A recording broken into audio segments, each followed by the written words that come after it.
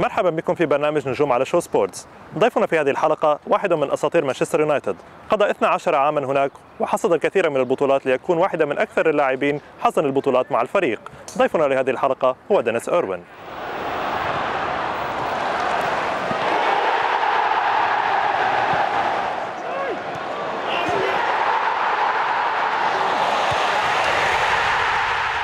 Welcome, Dennis, to our show. Thank you. I just want to start from the beginning. Like, you had an illustrious career, but I want to ask, like, in the beginning of your career, you had this.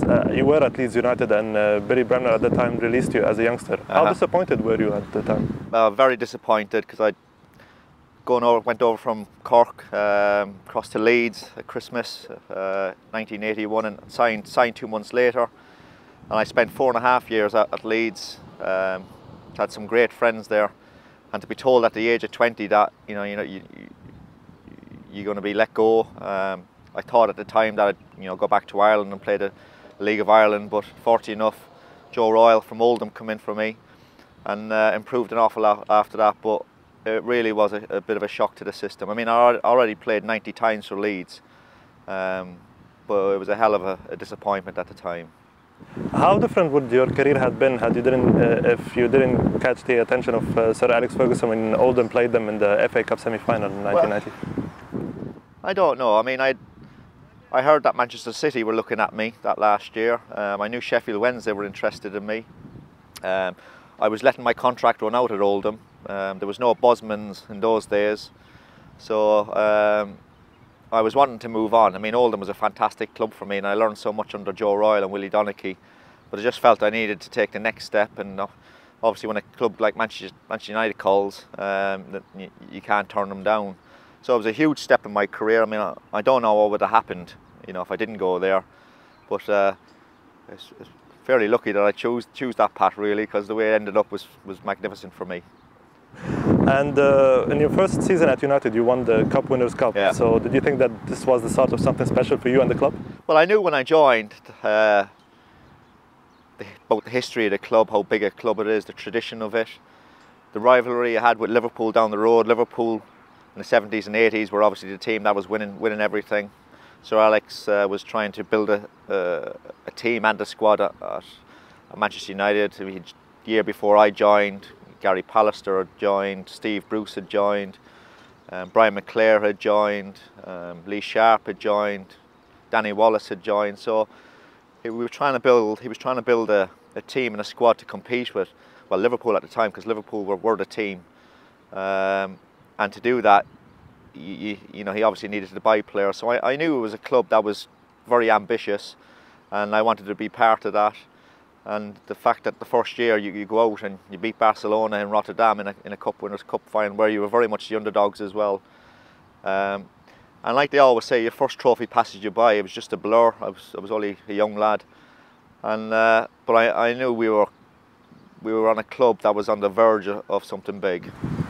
In 1992, you came agonizingly close to winning the title, but then after 26 years of United now winning the title, you managed to do that in 1993. Yeah. So how special was it for you and your teammates to be the ones who finished the drought? Well, 92 was a huge blow. We were in quite a strong position, and we lost to Forest. I think it was Easter Monday, set us back on his heels. And the worst thing about it is that it was losing to Liverpool at Anfield that finished us off, and Leeds won over Sheffield United the same day. So that was the end of our title ambitions and that. And everybody thought, well, they've had a go this year. It's never going to happen after waiting 26 years. But the following season, it was the first year of the Premier League as well. Obviously, the timing was perfect. Money was starting to come into the game. The club was growing bigger and bigger. Eric Cantona had joined in November of that year, 92. And when we won it in 93, you felt there was a huge weight lifted off everybody's shoulders at the club. It was like, yeah, we can do this, we can grow from here. Arsenal and Liverpool had been competing. I know Leeds had won it the previous year, but Arsenal and Liverpool were still the big teams in that. And we needed to break into that monopoly, and I think winning that first Premier League in 93 just made the club believe that we could go on and grow and get better and better. And how does winning the title for the first time compare with winning the treble in 1999 as the first English team ever to do that? Winning the title was special because the club had been waiting 26 years for it. There was a lot of talk about how good the team were in the 60s. There's some fantastic players. We just wanted to go out and prove that we were a good team on our own. I mean, the feeling of winning it. I mean, we actually, it was Oldham Athletic who went to Aston Villa and won at Villa that won us the title and that. But I always remember when we were playing our last game of the season at home to Blackburn, the crowd, obviously it was relief from our set of fans as well that we'd eventually done it. It was a huge night. As I said, I think that grew the club. I mean, '99 was special. The way it happened, the treble, the way we went undefeated from Christmas onwards, the teams we beat on the way to not just the European Cup but the FA Cup as well. I mean, we beat Liverpool, Arsenal, Chelsea, Newcastle, who were the top 4 teams at the time, beat them on the way to winning the FA Cup. They used to say you had to beat an Italian side to win the European Cup. That year we beat Inter Milan and Juventus. Bayern Munich were obviously a big club of tradition as well. So we did it the hard way.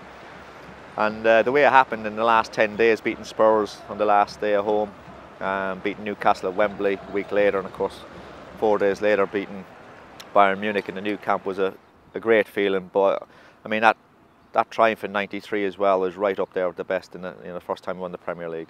So 1999 was an amazing year for United, but do you feel that you were a bit lucky to win the Champions League final in the stoppage time? I think you always need a bit of luck. I think that the way the English Premier League is, the pace it's played at, and the amount of matches we play, I think we were tired going into the final. Plus, for me, we were missing our 2 best players. They were suspended, Roy Keane and Paul Scholes. So it was always going to be a big ask for us. We just dug ourselves deep. Yeah, we had a bit of luck in the second half. I mean, we took the game to Bayern Munich in the second half. They hit the crossbar. I think they hit the post as well. And but we were a side that always had belief. Always felt that we'd go right till the last minute. We've scored so many late goals. It still happens now. And yeah, I mean, if you're to win cup competitions, you need that bit of luck. There's no doubt about that.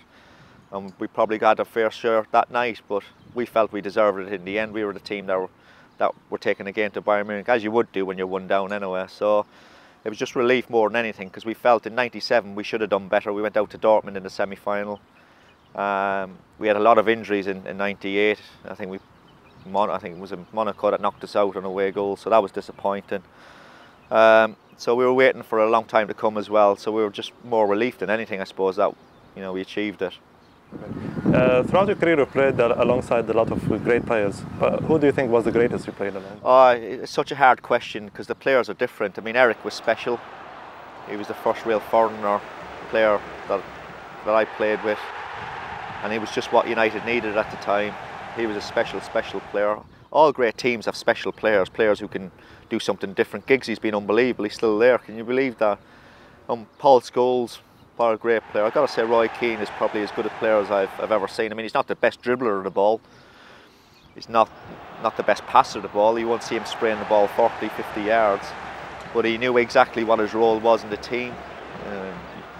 You looked at him in the dressing room and you were so glad he was on the same side as you. He was a fighter, a warrior. Very good at reading the game and a good leader as well. And probably for me, and I was fortunate, I suppose, as well, that I had 10 years playing with him with Ireland, so I knew how good a player he was.